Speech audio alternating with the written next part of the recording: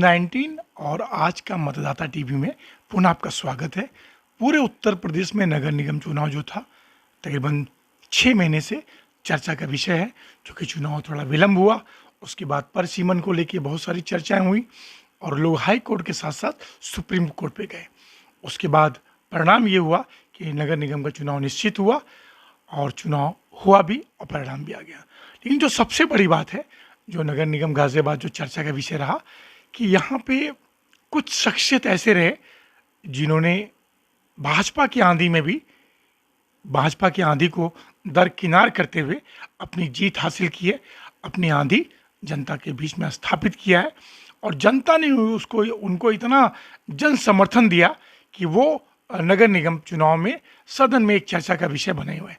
उसी कड़ी में वार्ड 94 जो कि सूर्यानगर में स्थित है, जिसके पार्षद चुने गए हैं कृष्ण मोहन खेमका जी।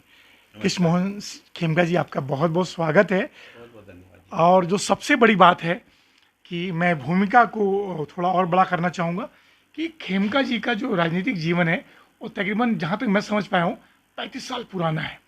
और उस 35 साल में इन्होंने अपनी जो जननी है यानी भाजपा, उससे बहुत कुछ सीखा और अपने माता समान भारतीय जनता पार्टी के साथ रहकर उसको बहुत आगे बढ़ाया, बहुत उसका कर्मठता के साथ साथ दिया।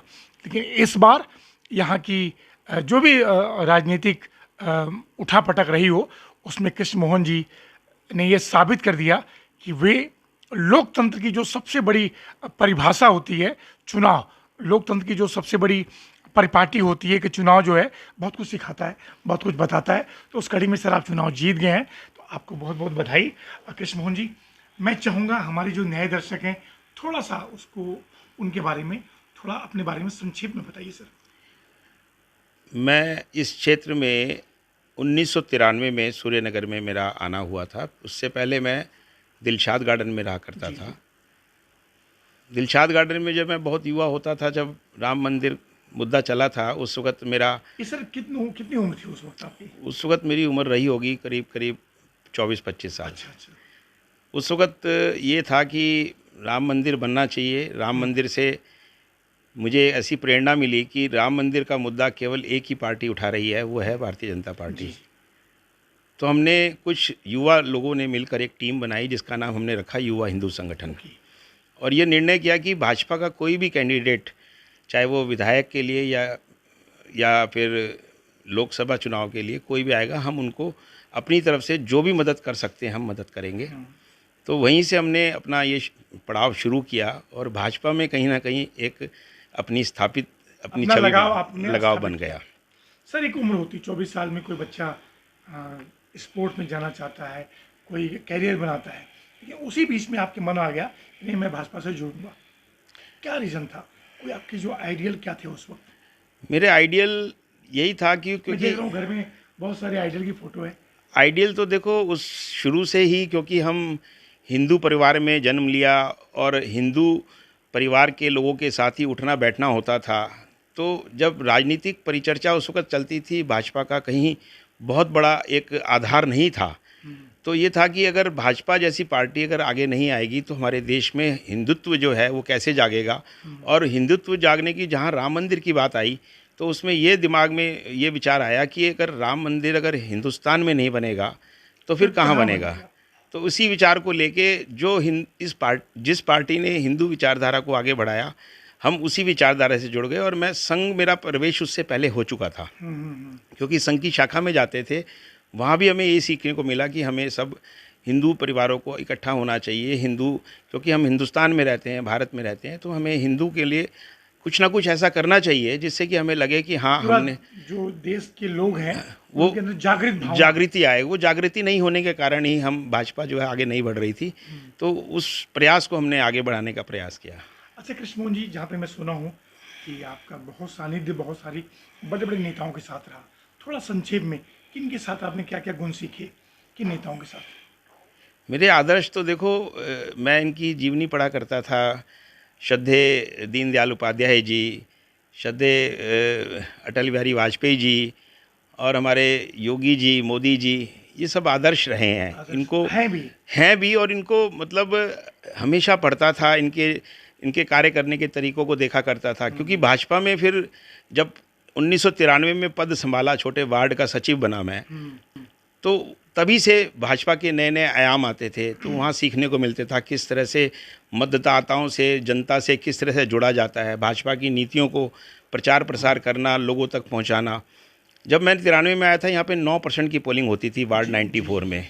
खेकड़ा विधानसभा होती थी और लोकसभा होती थी बागपत। तो लोगों का रुझान होता ही नहीं था यहाँ पे कि वो मत भी दें जाके।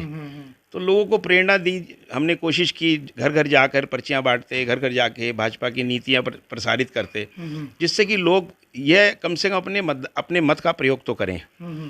चूँकि खेकड़ा विधानसभा होती थी तो बहुत बड़ी विधानसभा थी, यहाँ के वोटों की हार जीत से कोई बहुत ज़्यादा फर्क होता नहीं था, जनप्रतिनिधि का भी रुझान नहीं होता था। लेकिन जो 1992 में पहला चुनाव जब हम यहाँ पर रूप चौधरी जी के सामने मदन भैया लड़े थे, तो उस वक़्त हमने घर घर जाके इसको कोशिश की और उस वक़्त हमने 9% की पोलिंग को बढ़ाकर पहली बार में ही 22-23% तक किया। और फिर निरंतर हम बढ़ते गए आगे।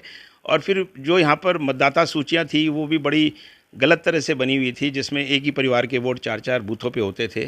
आज भी है, वो आज भी है। उसका हमने वोटों का संकलन किया। मैं पूरी एक डायरी बनाया करता था जिसमें हर परिवार के वोट एक जगह मैं संकलित कर लेता था। उस प्रयास से भी हमने कम से कम 15 से 20% वोट ज़्यादा मतदाता को प्रेरित किया कि आपका वोट है, आप जाइए वोट कीजिए। तो ये सब, हाँ, निराश मत हुई। तो जो वोट अगर होते थे, निश्चित तौर पे हम वो वोट उनको ढूंढ के देते थे और वो वोट कास्ट कर पाते थे। तो ये सिलसिला तो चलता रहा। जो बड़े शीर्ष नेता थे उनके साथ सानिध्य मिला। पढ़ने के बाद जमीन से भी आपने काम शुरू, बहुत सम्मान भी दिया उन्होंने मुझे, बहुत आदर सम्मान भी दिया उन्होंने भी, और मैं उनका सम्मान करता था। राजनाथ जी के साथ भी आपका बड़ा अच्छा ताल्लुकात रहा। राजनाथ सिंह जी का एक बार 2012 में मेरे घर पे भी आना हुआ था। और वो मेरी कार्यशैली से प्रसन्न होके ही उन्होंने एक बार मेरे घर बैठने का आग्रह किया। तो मैं बहुत खुशकिस्मत समझा अपने आप को कि वो मेरे घर आए और मेरे से सब बातों की चर्चा की। और इसी प्रकार फिर विभिन्न चुनावों में जो अलग अलग बड़े शीर्ष नेता, केंद्रीय नेता भी घर पे आते थे। तो ये सिलसिला लगातार चलता रहा। सीखने को भी मिलता था और लगता था कि हमने किया, क्योंकि मैं एक शिक्षित था हर तरह से। तो मुझे ये लगता था कि जो भी मैं करूं वो दिखावे की राजनीति ना करूं। मैं हमेशा जो काम करता था दिल से करता था। जैसे मैं अपने ऑफिस के कोई भी काम को पूरे तन्मयता से दिल से करता था, उसी प्रकार मैंने राजनीति को बड़े मन से किया। और राजनीति को सेवा भाव के साथ किया। सेवा भाव से किया, लोगों के काम किए। जो मैं सक्षम था जिस क्षेत्र में, उस क्षेत्र में लोगों के दुख सुख में साथ रहता था। रात को अगर किसी का फ़ोन आ जाए, सुबह दिन में जो मैं कर सकता था उनके साथ हमेशा खड़ा रहता था। इसी का परिणाम है, आज भी खड़ा रहता हूँ। इसी का परिणाम है कि देखो आज 30 वर्ष इस क्षेत्र में रहते हुए मुझे हो गया है और लोगों ने मुझे इतना प्यार दिया कि इस चुनाव में मुझे लगा कि हाँ, अगर सेवा की जाती है तो उसका प्रतिफल आपको मिलता है। और वो मुझे मिला, इस बार चुनाव में मिला। बिल्कुल मिला। सर, हम बस एक बात और कर लें, फिर हम आपके वार्ड 94 के बारे में बात करेंगे कि जनता ने आपको चुनाव जिता दिया है और जीतने के बाद पूरे गाजियाबाद में ये बात चर्चा में है कि खेमका जी ने बीजेपी के गढ़ में बीजेपी को हरा। ये सच्चाई है सर, इसको हम दरकिनार। मैं इसमें ये नहीं कहूँगा मैंने बीजेपी को हराया है। बीजेपी मेरी राजनीतिक जननी है। यहाँ पर बीजेपी को नहीं हराया है। एक जो चयन हुआ था, पार्षद पद का जो चयन हुआ, उस व्यक्ति विशेष के लिए कह सकता हूँ, भाजपा को मैंने नहीं हराया। भाजपा पुनः जीती है। केवल व्यक्ति विशेष के लिए जो बात हुई थी, जो चयन हुआ था, उस चयन के खिलाफ मेरा ये लोगों ने वोट किया है। और बाकी भाजपा को हरा हुआ नहीं कहूँगा। मेरे साथ जो भी कार्यकर्ता थे सब भाजपा के ही थे। जी ओके सर, बस 2 बातें और करेंगे सर, फिर हम इस क्षेत्र के बारे में बात करेंगे। आपको कहीं जाना भी है सर। जो मोदी जी हैं, देश को उन्होंने बहुत कुछ दिया, लेकिन अभी भी देश बहुत कुछ मांग रहा है उनसे। क्योंकि मोदी जी ने जो राम मंदिर के निर्माण के लिए किया, बहुत सारे अध्यादेश लाए, बहुत विधेयक ला दिया। अब जो है जनता को मोदी जी और क्या देना चाहेंगे 24 के पहले? कुछ आकलन, कुछ आपकी मांग। यूनिफॉर्म सिविल कोड, ओके, ये एक ऐसा एक मैटर है जो भी पेंडिंग है, जो मैं चाहता हूँ कि 2024 के पहले अगर मोदी जी कर दें तो ये बहुत अच्छा होगा। बाकी मोदी जी ने जो देश के लिए किया है, पूर्व में सभी लोगों ने सब कुछ किया, लेकिन जो मोदी जी ने किया वो अभी वो तक किसी किसी ने प्रधानमंत्री नहीं ने किया। मोदी जी ने हमारे देश का, हमारे पूरे राष्ट्र का सम्मान पूरे विश्व पटल पर ऐसा कर दिया कि आज हमें गर्व होता है। हम विदेश में जो भी जाते हैं, हमारे भाई मित्र जिनसे मैं बात करता हूँ, वो कहीं भी जाते हैं, हमें बहुत इज्जत की दृष्टि से देखा जाता है और विश्व पटल में हमारा एक नाम है, भारत का नाम है। ये केवल और केवल मोदी जी के और कारण अभी है। सर मोदी जी G20 के प्रेसिडेंट भी हैं जी, वर्तमान में। ये हाँ भी जी। एक अपने आप में बहुत बड़ी बात है, बहुत बड़ी बहुत बड़ी सम्मान है बात कि है। भारत देश प्रेसिडेंट बहुत सम्मान है।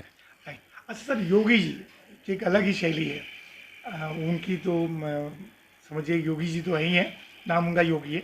तो इस चुनाव में क्या योगी जी का जो लॉ एंड ऑर्डर था वो भी प्रभावशाली रहा? बहुत। योगी जी ने जो उत्तर प्रदेश में जो लॉ एंड ऑर्डर सुधारा है, और केवल लॉ एंड ऑर्डर नहीं, चहुमुखी विकास किया है। जो मैं समझता हूँ कि पिछले 50 वर्षों में जो काम नहीं हुए, वो आदरणीय योगी जी ने पिछले 5 वर्ष और अब अगला जो चल रहा है कार्यकाल, मैं समझता हूँ वो सारे कार्यकाल में 5 जो काम है बचे हुए बिल्कुल कर देंगे। उसमें पूरा कर देंगे। और जो यहाँ पर गुंडागर्दी और जो ये सब था, वो एकदम समाप्त कर दिया। समाप्त कर दिया पूरी तरह सब से। धराशायी हो गए। सब धाराशायी हो गए। जैसा उन्होंने कहा कि गुंडे यहाँ से जो है सब, उन्हें उत्तर प्रदेश की धरती को छोड़ना होगा, वो सब आप देख रहे हैं। धीरे धीरे सभी लोग जो है, जितने भी माफिया हैं, उनको ये उत्तर प्रदेश छोड़ना पड़ा और लॉ एंड ऑर्डर के कारण ही आज उत्तर प्रदेश में एक लोग इन्वेस्ट कर रहे हैं। उत्तम, हाँ, इन्वेस्ट कर रहे हैं और उत्तर प्रदेश उत्तम प्रदेश बन चुका है जी, और अग्रसर भी होने जा रहा है जी। Right sir. अच्छा सर, योगी मोदी जी और जो हमारे बीजेपी के शीर्ष नेता हैं उनकी हम बात कर चुके हैं। अब जो जनता के सामने जो नेता खड़ा है उसका नाम है कृष्ण मोहन खेमका, वार्ड 94 से। जी। अब वार्ड 94 के लिए कृष्ण मोहन खेमका नया क्या देंगे यहाँ के विकास के लिए, यहाँ की कमियों को सुधारने के लिए? क्या क्या चीज़ें सौगातें मिलेगी यहाँ की? देखो, यहाँ के मतदाताओं ने इतिहास रचा है, तो मैं आपको आपके माध्यम से अपने मतदाताओं को ये कहना चाहूँगा कि आपने जो इतिहास रचा है, इस क्षेत्र में भी विकास के लिए इतिहास ही रचा जाएगा। क्या बात है। यहाँ पर जो रुके हुए या और रोके हुए काम हैं, सबसे पहले मैं प्राथमिकता उन्हीं कामों को दूंगा जो क्षेत्र रुके हुए और रोके गए काम। रोके हुए काम। मैं इसलिए बोल रहा हूँ कि मुझे पता है कि पूर्व में कई ऐसे क्षेत्र में ऐसे काम हैं जो जानबूझ के रोके गए थे। जब दिल्ली से 0 किलोमीटर फ्रॉम दिल्ली है, दिल्ली से जैसे ही हम एंटर करते हैं तो हमारी जो एंट्री गेट है, जो हमारा पहला प्रथम द्वार है, वो ऐसा होना चाहिए जिससे कि लगे हाँ, हम योगी प्रदेश में आ गए हैं, उत्तम प्रदेश में उत्तम प्रदेश में आ गए हैं। अभी ऐसा जब अंदर आते हैं तो बड़ा एक नेगेटिव, एक नकारात्मक फीलिंग आती है कि दिल्ली की सड़कों से हम इस तरफ आए हैं, तो यहाँ पर आने के बाद ना तो हमारा अच्छा एक प्रवेश द्वार है और ना ही हमारी जो एंट्री है वो सुंदर है, चारों तरफ इंक्रोचमेंट है। तो मैं चाहूँगा कि ये भी एक बहुत सुंदर हमारी एंट्री होगा। ये मेरा मुद्दा होगा बिल्कुल। आप जो है प्रवेश द्वार जो है और यहाँ उत्तम प्रदेश का बनवाएंगे बिल्कुल। इसके अलावा यहाँ पर जो गंगा जल की जो एक बहुत एक बुनियादी एक सुविधा है, जो एक हर व्यक्ति को मिलनी चाहिए, उसका मूलभूत अधिकार है, उसके ऊपर काम करूँगा। जो अभी ए ब्लॉक और सी ब्लॉक और बी ब्लॉक में पानी की लाइन नहीं डली है, तो वो मैं प्रयास करूँगा कि जल्दी से जल्दी नई पाइपलाइन डली है, क्योंकि यहाँ 40 साल पुरानी लाइनें हैं कुछ। हाँ, नहीं, गंगा जल की। तो गंगा जल की लाइन वो सब डैमेज हो चुकी हैं। ए ब्लॉक में लाइनें ढल चुकी हैं, लेकिन सी ब्लॉक और बी ब्लॉक अभी पूरी तरह से अभी बचा हुआ है। तो उस पर तुरंत पानी की लाइन डाल के और वो कनेक्शन करवा के यहाँ पे लोगों को स्वच्छ गंगा जल उपलब्ध करा जाएगा। जी। गेट हो गया, गंगा जल हो गया, साफ सफाई। पार्कों का डेवलपमेंट भी मेरा एक बहुत विशेष मुद्दा है, जिसमें मैं चाहूँगा कि जो हमारे पार्क हैं उनको सबको प्रॉपर एक प्रकाश व्यवस्था हो, माली की व्यवस्था हो, और समय समय पर जो, क्योंकि पत्ते हैं, बढ़ने हैं, टूटने हैं, समय समय पर सफाई हो, रख रखाव हो पूरा, और उनके फुटपाथ वगैरह सब अच्छे बने हों। तो ये भी मेरा एक बहुत प्राथमिक मुद्दा है जो कि मैं करना चाहूँगा। अच्छा, जो पार्क वगैरह जो है उसमें आप चाहेंगे कि वाटर हार्वेस्टिंग सिस्टम और फलदार वृक्ष भी हों, क्योंकि छायादार वृक्ष तो हैं, लेकिन पार्क में जाइए तो नेचर नहीं आता, चिड़िया नहीं आएगी, आपको पंछी वहाँ नहीं दिखाएंगे। तो क्या इसकी भी प्राथमिकता रखेंगे? देखो, वाटर हार्वेस्टिंग का मैंने प्लानिंग किया हुआ है कि मैं चाहूँगा कि हर पार्क में कम से कम एक वाटर हार्वेस्टिंग का एक सिस्टम वहाँ पे डेवलप हो, क्योंकि जो हमारा पानी का जो दोहन हो रहा है, निरंतर आप समझे कि ये पानी जो है वो दोहन हो के अब पानी का लेवल जो है बहुत डाउन जा चुका है। जो 80-90 फुट पे हुआ करता था आज से 15-20 साल पहले, आज वो 200 फुट से ज़्यादा आ गया है। तो रेन वाटर हार्वेस्टिंग नहीं होने से हमें इस चीज़ में बहुत आने वाले समय में भविष्य में बहुत दिक्कत आने वाली है। तो मैं चाहूँगा कि हर पार्क में रेन हार्वेस्टिंग का एक सिस्टम चालू किया जाए। और जहाँ तक हमारे जो बर्ड्स जो हैं या जो अलग अलग पार्कों में जो फलदार वृक्ष की जैसे आपने बात कही, तो उसमें भी प्रयास करेंगे कि हम फलदार वृक्ष लगाएं और हमारे जो बर्ड्स हैं जो डिफरेंट वो भी वो लाएं। हमारे जैसे हमारे सामने ध्रुव पार्क है, हमने इसमें प्रयास किया है, हमने अलग अलग हर पेड़ पे अलग अलग घोंसले बनवाए हैं। अच्छा। जिससे कि यहाँ पर पक्षी आए, यहाँ पे अपना रहें। और हमने अपनी लाइट की व्यवस्था भी ऐसी की है कि जो पक्षी जिस लेवल पे रहते हैं उसके नीचे जो है लाइट की व्यवस्था रहे, ताकि रात को सोने में भी उनको दिक्कत ना हो। और लाइट जो है पक्षियों की सोने की व्यवस्था के नीचे नीचे लाइट रहे, जिससे पक्षी आराम से सो सके। क्योंकि अगर पक्षी अगर नहीं सोएगा, पूरे गाजियाबाद को अडॉप्ट करना पड़ेगा। हाँ, अगर पक्षी नहीं सोएगा तो पक्षी जिएगा नहीं। उसको सोना जरूरी है, उसको रात को निद्रा ठीक से निद्रा है, जिस प्रकार एक मनुष्य चाहता है कि मुझे पूरी नींद आए, तभी वो स्वस्थ रह सकता है। तो हम प्रयास ये करेंगे कि पक्षियों के जो घोंसले हैं वो ऐसी हाइट पे लगे जिससे कि पक्षी आराम से सो सके और लाइट जो है उसके नीचे स्तर पे रहे। तो फलदार वृक्ष के साथ साथ पंछियों का घोंसला वगैरह पे भी हाँ, ये बहुत बड़ी चीज़ नहीं है। ये तो हम अगर मान लो जरूरी चीज़ हर पार्क में अगर लोगों को हम एक विचार बिंदु दे देते हैं तो मैं समझता हूँ हर व्यक्ति जो है इस काम को करेगा और उससे हमारे पक्षियों को बहुत लाभ मिलेगा, हमारे जीव जंतुओं को। अच्छा सर, दो सवाल, अंतिम सवाल बस, कि मैं जब देख रहा हूँ सूर्यनगर इसको, तो यहाँ पॉल्यूशन की संभावना मुझे ज़्यादा दिखती है। फैक्ट्री जोन काफ़ी है। वो भी एरिया कुछ आपके आता है इस वार्ड में? नहीं आता है। नहीं, हमारा इस वार्ड में डायरेक्टली तो नहीं आता है, लेकिन साहिबाबाद जो है, क्योंकि इंडस्ट्रियल एरिया वो हालांकि यहाँ से 1-1.5 किलोमीटर दूर है, तो वो ज़रूर आता है। लेकिन पॉल्यूशन की दृष्टि से वैसे देखा जाए तो, क्योंकि यहाँ पे हरियाली है, सब कुछ है, तो डायरेक्टली देखा जाए तो नहीं है। लेकिन पॉल्यूशन तो अगर मान लो, क्योंकि दिल्ली से सटा हुआ है, मेन रोड है, तो वाहन का जो पॉल्यूशन है वो तो रहेगा ही। और वाहन के साथ साथ जो मैं बता दूँ सर, जो फ्यूचर की पॉइंट ऑफ व्यू से जो नालों की साफ सफाई प्रॉपर नहीं है, 1-2 महीने होती है, तो जो पानी है, गंदा पानी ज़मीन में धीमे धीमे रिसता है सर। इस टेक्निकलिटी को समझिए सर। जो यहाँ पे पानी होगा, जो भी जिस भी स्थिति में होगा, वो धीरे धीरे विषैला होगा। आने वाले समय में हमारे बच्चों के फ्यूचर के लिए वो पानी और विषैला हो जाएगा। मैं चाहूँगा एनजीटी से बात करके या किसी भी व्यवस्था से बात करके कम से कम फैक्ट्री के जितने भी हैं वो है तो अपना सिस्टम लगाएं, जैसे कि पानी को डंप न करें ज़मीन में, और पानी की निकासी प्रॉपर हो। यानी कि नाला बड़ा होता है तो रुका हुआ है तो 1 महीना रुका हुआ है, तो पानी तो 1 महीना रुका हुआ है, हमें दिख रहा है रुका हुआ है, ये पानी ज़मीन में जा रहा है सर। इस विषय पे खेमका जी, देखो, इस विषय पे तो शासन के स्तर पर जब तक बड़ी कार्रवाई नहीं होगी, एक पार्षद के अधिकार क्षेत्र में ये सब चीज़ें नहीं आती हैं। लेकिन ये जरूर है कि हम प्रयास करेंगे। ओरिजिनलिटी आप ही दिखाएंगे। हाँ, शासन को योगी जी आपके द्वारा ही देख पाएंगे ये स्थिति है। बिल्कुल ठीक कह रहे हैं आप। हम इसका प्रयास करेंगे। जो इस तरह की जो नेचर के साथ जो खिलवाड़ हो रहा है, हम उस चीज़ को मैं पूरा ध्यान रखूँगा इस चीज़ का, और शासन की नज़र में लाएंगे ये चीज़ कि ये चीज़ गलत हो रही है, इसके अंदर सुधार किया जाए। तो उसके लिए पॉलिसीज़ उस तरह से बनाई जाएँ, जो भी इंडस्ट्री चल रही है उसकी पॉलिसी इस तरह से बनाई जाए ताकि ये जो नेचर के साथ जो खिलवाड़ है वो बंद हो। हम पानी को ट्रीटमेंट कर लें और फिर वो डाल दें। बिल्कुल बिल्कुल, क्योंकि सीधे डालते हैं उसका असर हमें बहुत दिन बाद दिखाई देगा। वो कुछ बहुत दिन बाद क्या, वो फिर अल्टीमेटली तो हमारे पास ही आना है पानी, क्योंकि हम वो नीचे ज़मीन का पानी पी रहे हैं, तो फिर वो धीमे धीमे तो वो भी विषैला हो जाएगा। विषैला हो जाएगा। अच्छा, तो आप सर ये सब काम करेंगे। इसके अलावा यहाँ पे जो आप इतना दिन आपने मतदाता प्रचार किया, लोगों ने बहुत मांग की होगी, उनकी क्या मांग होगी थी, क्या मांग थी? यही सब मांग है जो मैं आपसे बात कर रहा हूँ, लगभग यही है। पानी, स्वच्छ पानी होना चाहिए। सुरक्षा के लेके कुछ यहाँ पे? सुरक्षा को लेके सच वैसे कोई दिक्कत नहीं है। योगी जी के राज में पूरे उत्तर प्रदेश में सुरक्षा की दृष्टि से ऐसी दिक्कत नहीं है। बाकी कुछ छोटी मोटी घटनाएं तो होती हैं, लेकिन उसकी भी सीसीटीवी कैमरा ये सब लगा हुआ है? सीसीटीवी कैमरा लगभग सभी कॉलोनी के आरडब्ल्यूज ने लगा रखा है। और बाकी उस पर भी अगर किसी तरह की कोई भी मदद की आवश्यकता होगी पूरे वार्ड में किसी को, तो उसको भी मैं देखूंगा। और बाकी पुलिस प्रशासन से भी हम पूरा दबाव बनवा के यहाँ पर जो भी जैसे गश्त लगानी है पुलिस की, वो सब भी व्यवस्था करेंगे। और मैं समझता हूँ कि लॉ एंड ऑर्डर को लेके बहुत ज़्यादा ऐसे कोई यहाँ पर ऐसी बात नहीं है। 6 महीने बाद मैं आऊँगा तो जो द्वार का निर्माण होता दिखाई देगा? बिल्कुल, मैं प्रयास करूँगा। सीवर की जो समस्या है, जो बदलने ज़्यादातर की। जो पाइप गल गए हैं, जो पुराने गल गए हैं पाइप, और सीवर के लिए जैसे यहाँ जेटर मशीन है और जो लीकेज है वो समय समय पर देखी जाएगी। और जो सीवर की समस्या, जहाँ पर सीवर चौक हो गए हैं या सीवर की लाइन जहाँ छोटी पड़ गई है, वहाँ नई सीवर की लाइन डाली जाएगी। ऐसा भी पीछे ए ब्लॉक में भी हमने ऐसा किया था कि वो लाइन में बड़ा पत्थर आ गया था, तो वो लाइन चौक हो गई थी, आए दिन सीवर बहता था, तो 30 मीटर की लाइन डलवाई थी। तो ऐसी अगर कोई जहाँ लगता है कि सीवर लगातार बहता है, या सीवर की हाइट भी मैंने देखा है कई जगह ऊंची नीची होने के कारण वो सीवर प्रॉपर पानी आगे फ्लो नहीं कर पाता है, तो ऐसी अगर व्यवस्था होगी तो हम वो लाइन को भी बदलवाएंगे।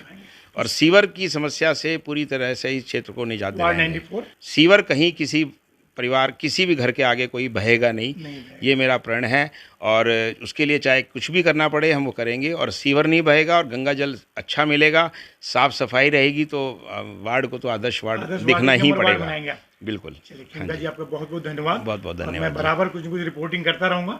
जनता ही आपको बहुत मान सम्मान दी है, अब उसको आप पर उस पर खरे उतरना है आपका सर। मैं अपने क्षेत्र की जनता जिन्होंने मेरे को सहयोग किया, मैं उनका हार्दिक अभिनंदन करता हूँ, आभार प्रकट करता हूँ। और आशा करता हूँ कि जिस प्रकार मेरे को चुनाव में मेरे को भरपूर समर्थन मिला, उसी प्रकार सभी लोग मेरा सहयोग करेंगे और हम आगे इस वार्ड को आदर्श वार्ड बनाएंगे। और साथ में मैं ये भी कहना चाहूँगा कि चुनाव के बाद में कोई प्रतिद्वंदी नहीं होता है, कोई विरोधी नहीं होता है। मैं सभी जितने भी मेरे प्रतिद्वंदी जो भी जिन्होंने चुनाव लड़ा, सबको गले लगाऊंगा और एक बहुत सौहार्दपूर्ण वातावरण में हम वार्ड में काम करेंगे। कोई भी मेरा जिसने मुझे मत दिया है या नहीं दिया है, सब मेरे लिए समान है, सब मिलजुल के काम करेंगे।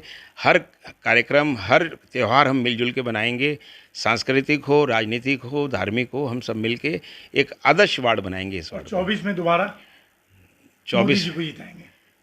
मोदी जी ही हमारे आदर्श हैं। मोदी जी ही जितने देश अगर बचाना है तो मोदी जी तो लाना ही है। बहुत बहुत धन्यवाद खिमका जी।